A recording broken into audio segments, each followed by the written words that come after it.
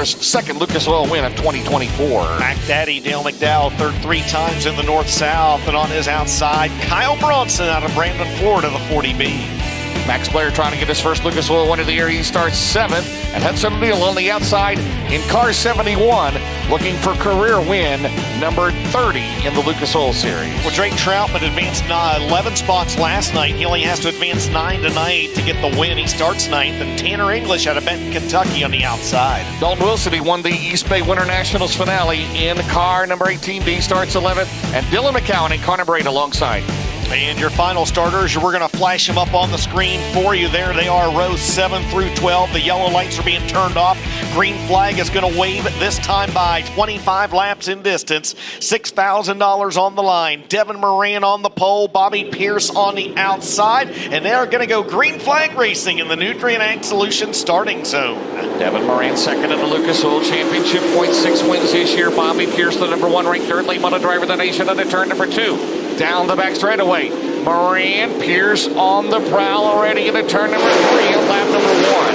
Moran got that whole shot. James, he's going to try to be the leader at the scoring loop as they come across the line. He will. Pierce second. This is where Pierce finished last night in his prelim. Third right now, Jordan Kohler in 1:14.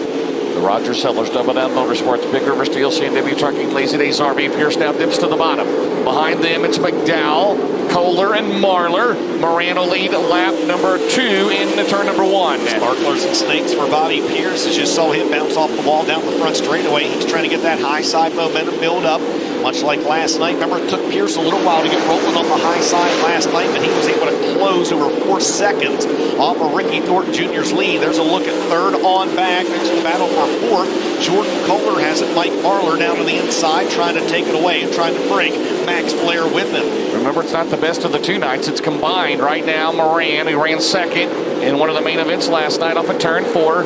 Pierce ran second to Thornton in that second race into turn number 1. The deficit is 0.4 of a second. It's Moran, Pierce, McDowell, Marlar, Max Blair up to 5th, a couple of spots here early on in this 25-lapper. Yeah, Jordan Kohler just fell to the 6th spot, and Kohler may now fall victim to the 7 of Drake Troutman, as Troutman, who started 9th, is looking to work his way down to the inside. There's a look at Mike Marlar, your 5th place car rather, in the 157 as Max Blair's moved back up. Again, Blair trying to get a little redemption from last night at the front of the field. Bobby Pierce going to throw a slider on Devin Moran for the lead. Way up top, Moran, and they almost got together after Garlic Pierce out in front. Devin Moran will throw it up into 1 and 2. Down the back straightaway, spirited battle for the lead. Devin Moran and Bobby Pierce into turn 3 here in this first 25-lapper at Dandy so far. Pierce going to think about another slider in 3 and 4. He does, and he clears him this time by coming off the corner. Bobby Pierce, your leader that time at the scoring loop. Moran going to drive back down under him and clear him, throwing haymakers at each other. Good, clean racing early on. 7 laps into this one. Pierce back down to the inside, James. This is fun. They got to love it here. They come out of turn 4. Devin Moran and have a car length back out in front. 8 in the books. I'm telling you, when this place is racy, it is one of the best tracks in the entire country. We see it time and time again. Pierce now not going to throw the slider. Instead, he's going to try to tiptoe around the top and nearly got the wall. He did grab a little bit of the wall coming off corner number 4. 8 laps down in this one. 9 laps now down. 16 to go. Devin Moran back out front in 99. McDowell 3rd, Blair 4th. 5th is Marlar. How about Drake Troutman up to 6th, and Bronson, English, Wilson, Hitchcock 10th. Devin Moran trying to distance himself from Pierce. Green so far. Bobby there into 1. The reigning Sunoco Race Fuels North-South 100 winner. Moran will try to get his first tomorrow night. $75,000 on the line. Right now, $6K on the line. Here they come. Bob Pierce to the bottom. And Josh Rice has a problem out of this one, DJ. Yeah, tough break for the driver now calling Crittenden, Kentucky home as he's made the hard left-hand turn into the infield. He's going to call it a night. That battle for the lead is a good one as Devin Moran continues to keep Bobby Pierce at bay. Coming around this time, James, 12 laps in the books. Pierce now trying to get a run on the inside and even hook a little bit of that berm with the left front. Big-time trouble. Kyle Bronson is upside down in turn number 4, and the red flag is out on lap number 12.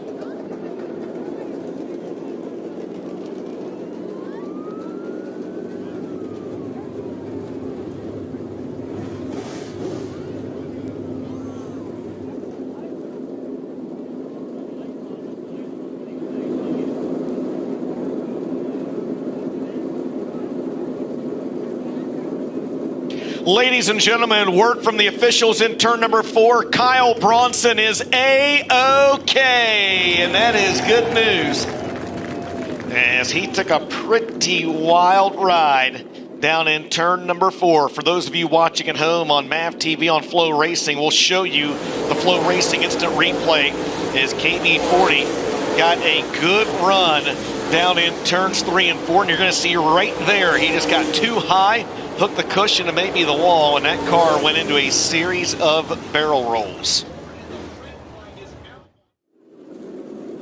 There are no easy wrecks in this sport. We've seen a couple of them go over tonight. Clint Keenan breaking something on that car and catching the inside wall, and then Kyle Bronson getting too high down in turn number 4 and catching the berm and maybe a little bit of the wall and going over. Ben Shelton, down to you. Yeah, Kyle is climbing out of the race car right now. A lot of damage on this 40B. And I gave him a second to catch his breath as he hops out a hard ride. But again, just like earlier with Clint Keenan, safety equipment did its job as Kyle's taking a look at everything, putting his gloves back in the car. And we are going to try to sit in here real quick and see if we can get a word. Kyle, first and foremost, man, I know you got a lot of family and friends watching back home. Are you all right? That one kind of rattled my cage there a little bit. I was like, yeah, you may was just up there running that cushion there, and I guess the frame rail just dug in and rolled us over there. All right, well, Kyle is going to head back to the pit area again, rattled his cage, but thankfully, safety equipment did its job down here in turn number 4. Race fans, how about a round of applause for Kyle Bronson? You know, we gave kudos to Kryptonite Race Cars for their chassis doing its job with the Clint Keenan wreck. It'd be remiss if we didn't give kudos to Longhorn Chassis for the same thing as it holds up, does its job, cage intact, halo intact, as that was as we said, Ben, there are no easy wrecks in this sport. There are no easy wrecks, and if you haven't been to Florence and you're watching on Flow Racing, you can't begin to describe how fast this racetrack is and how aggressive and how fast things happen and how gnarly this cushion of this concrete is. And these guys are warriors. They're gladiators out here, and we all hold our breath every time we see something like that happen. But yeah, I'm going to tell you, I've talked to Kyle a few times when he's been upside down. I've never seen him rattled like that. That shows you how fast this place is and how it gets your attention. But again, that's our PSA. We talked about it earlier. We'll talk about it now. People talk about how expensive safety equipment is. If you can't afford what you need to have the best of the best, you don't need to be out there. And we want you to be for the next one. We're just glad that Kyle's out here looking at the race car. And guys, that's going to give us a pause in what has been a fantastic feature so far. Indeed it has. We're going to get the action site cleaned up down there in turn number 4 with 12 laps in the books. 13 laps remaining here at Florence Speedway. This is the Group A feature on night number 2 of the 42nd annual Sunoco Race Fuels North-South 100 presented by Lucas Oil.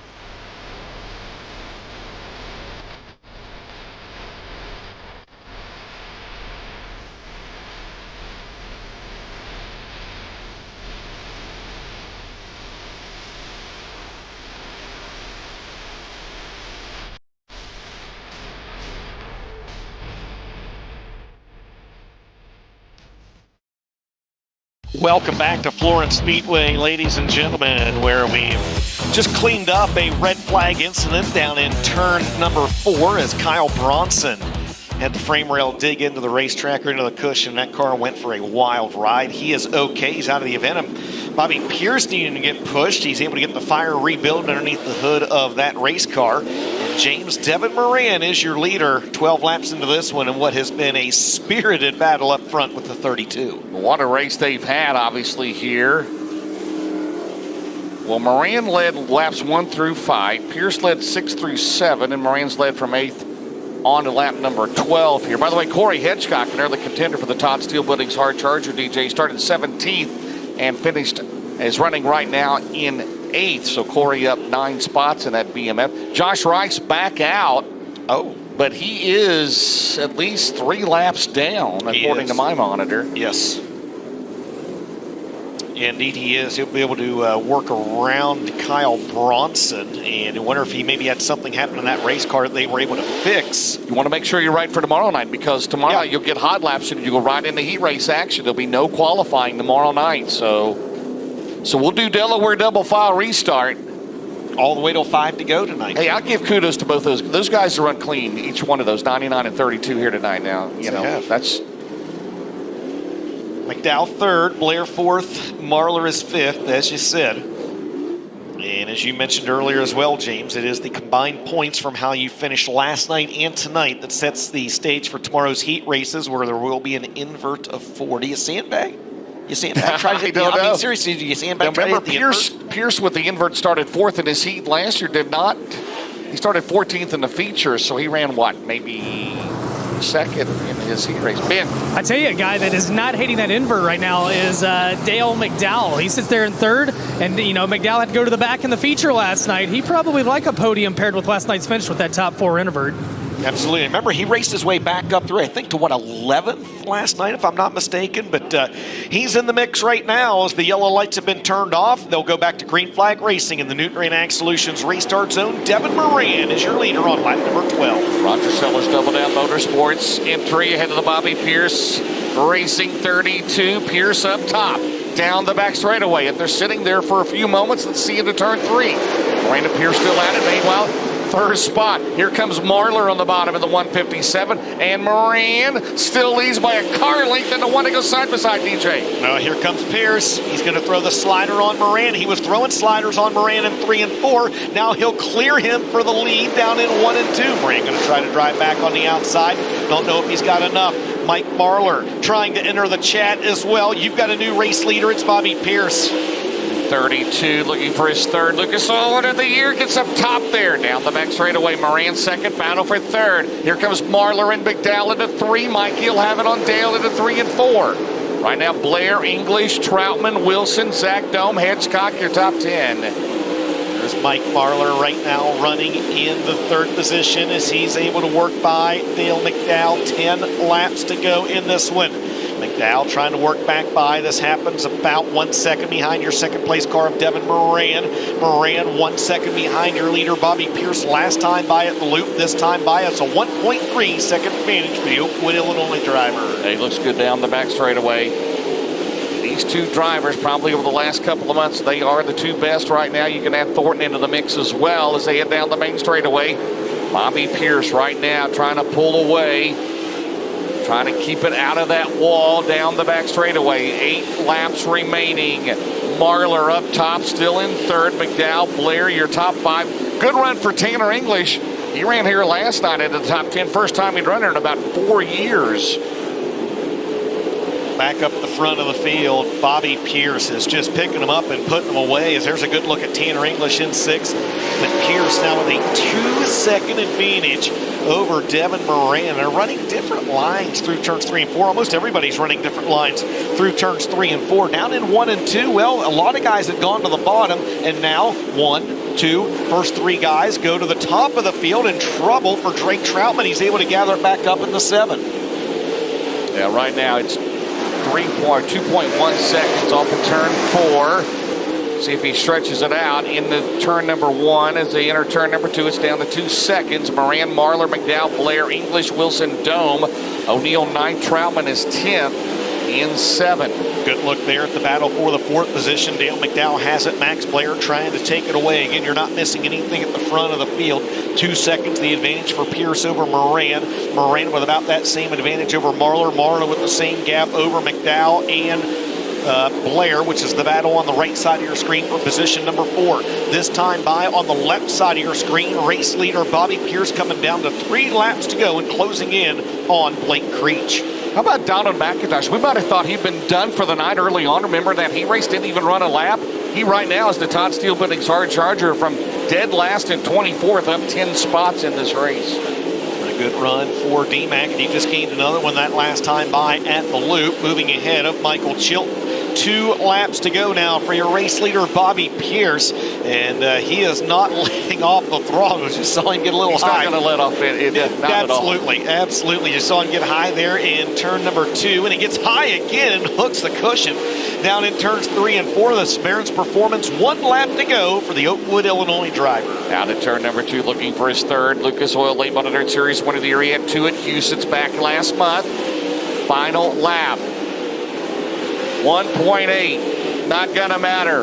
Bobby Pierce took the lead back on lap 13. He wins the first 25 lap here tonight, DJ. 2nd spot is going to be Devin Moran, 3rd. Mike Marlar, Max Blair, 4th, and Dale McDowell will round out the top 5. Then it's English 6th, Hudson O'Neill 7th, Dalton Wilson 8th, Zach Dohm 9th, and Drake Troutman will round out the top 10. So that's a wrap on the first A-Main here this evening. We'll have another one coming up momentarily. But first, a bit of business to take care of for Bobby Pierce. He's got to make his way into the UNOH scale and tech area before he officially gets credited with his 20th career Lucas Oil Late Model Dirt Series win. He's in that. Yes, go ahead. I was going to say he's in that Vic Hill powered Longhorn, the Low Voltage Solutions, Rio Grande Waste Services, Hoker Trucking, Mesilla Valley Transportation, Toyota Danville, Carnegie Towing, Churchill Transportation, sponsored Bob Pierce, wrenched number 32. So the Coleman Farms fastest lap of the race was Devin Moran, 17.211.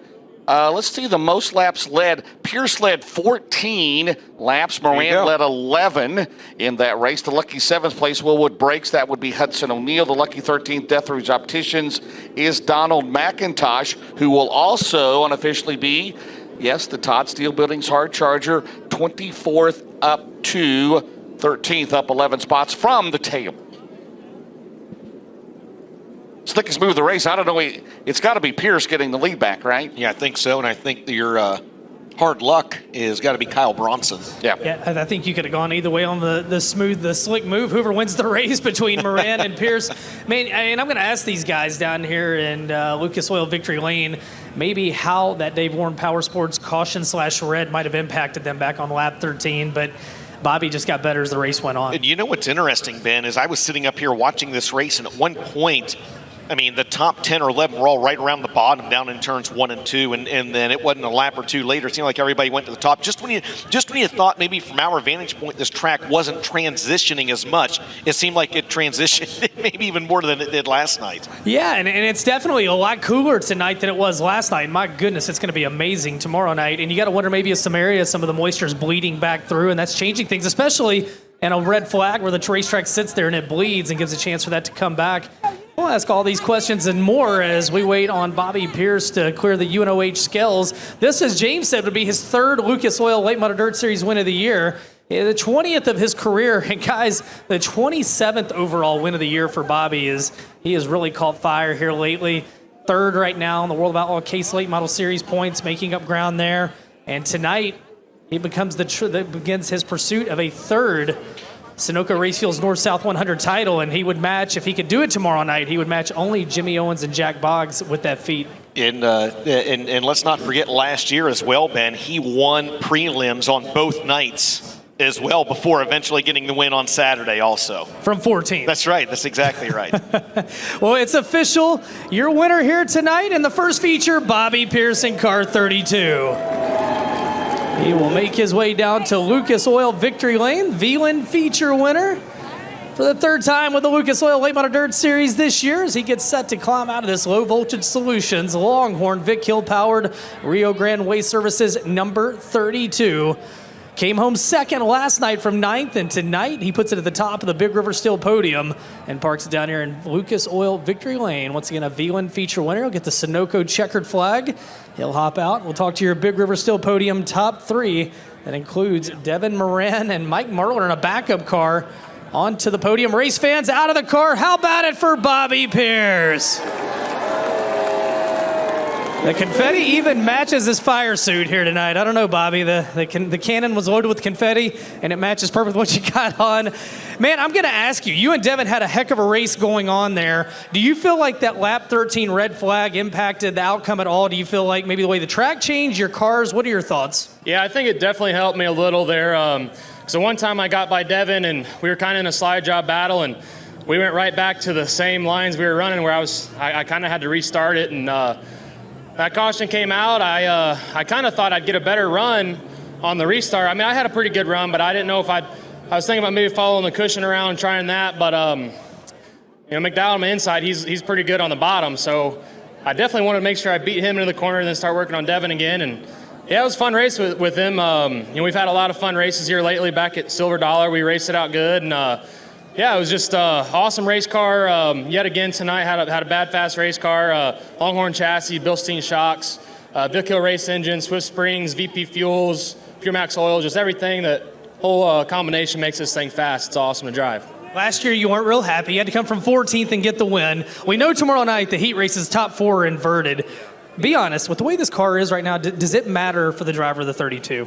Oh, it does, because, when early on in the heat races, especially, I don't think there's any modifies tomorrow, so it's just us. I think we'll hot lap, and, if you're in that first heat, or, really the first few heats, probably, it's going to be hard to pass. So, that kind of hurt me last year. Started fourth in that first heat, and we only got to third in our heat race. That's why I had to start in the back. So it sucks to work so hard and then get penalized for it, but it is what it is. So we'll just have to dig in, see what we can do starting fourth in our heat and go from there. But got to thank my sponsors, Hoker Trucking, Rio Grande Waste Services, Low Voltage Solutions, Churchill Transport, Carnegie Towing, Leka Tree Services, Mesilla Valley Transportation, Toyota of Danville, Fast One Speed Shop, Collins Brothers Towing, Floyd's Waste Systems, American Racing Wheels, Go Lithium Batteries, Bell Helmets, Buddha, Burt Transmissions. Huge thanks to everybody. Race fans, how about it? Bobby Pierce, $6,000 to the better. He wins the first feature here tonight on night two, the 42nd annual Sunoco Race Fuels North-South 100 presented by Lucas Oil. Meanwhile, second on the Big River Steel podium for the second night in a row, Devin Moran. And Devin, I'm going to ask you what I asked Bobby. That long red flag, how did that affect or not affect your chances at a win? Obviously, Bobby was really good. We were throwing sliders before that, but felt like it definitely hurt me. He was a little bit softer on tires, so sitting there under the red flag, I don't think it really sealed my tires up, but it just took me a couple laps to get going, and he was already checked out by that point. But they're doing a really good job, and I felt like we learned a lot tonight. This is the most comfortable I've been at Florence in a really, really long time. So after last night, I wasn't excited as much, but tonight felt a lot better, and I could at least see the 32 out there. So I've got a great crew that works their butts off, and at Houston's we got better every single night, and it paid off for the final night. So felt like we got better tonight. We just got to hopefully make the right decisions for tomorrow and try to catch that red car over there. Race fans, about the driver of the 99, Devin Moran. And coming home third tonight on the Big River Steel podium, Mikey, it's not on the record. You guys aren't there unloading the backup car. Finally, some luck. How do you feel after putting a whole night together for the first time in a minute where nothing came after you? I feel a lot better when I'm up there racing instead of back there wrecking, that's for sure. But no, man, it was fun. I had a really good car all night. I really got to thank a lot of help to Longhorn and Troy and Steve and Kevin and everybody down there in Bilstein Shocks. Everybody's they see me struggling, and I know they don't want to see that. So they help me all they can, and apparently I don't have all the answers they do, because their stuff worked way better than mine. Mike, tonight, an aggressive racetrack. You look ahead to tomorrow. You have flirted with a win in this event before. Does this give you the shot in the arm you got to maybe go after your first title?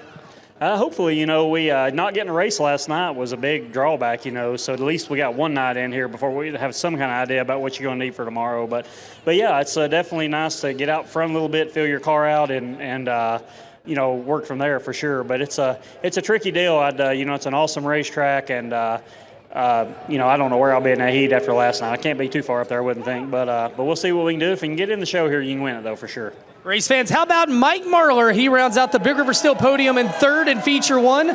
James, DJ, man, I tell you what, this racetrack is wild here tonight. Fantastic crowd. Why don't we do another 25-lapper before we turn out the lights? Absolutely. We're going to do it, and we're going to step aside. Before we do that, though, as you see, there's a crescent moon there for you, James.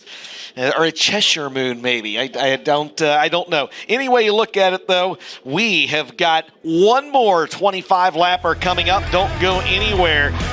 $6,000 to win the Group B feature as well. This is the 42nd Sunoco Race Fuels North-South 100 presented by Lucas Oil.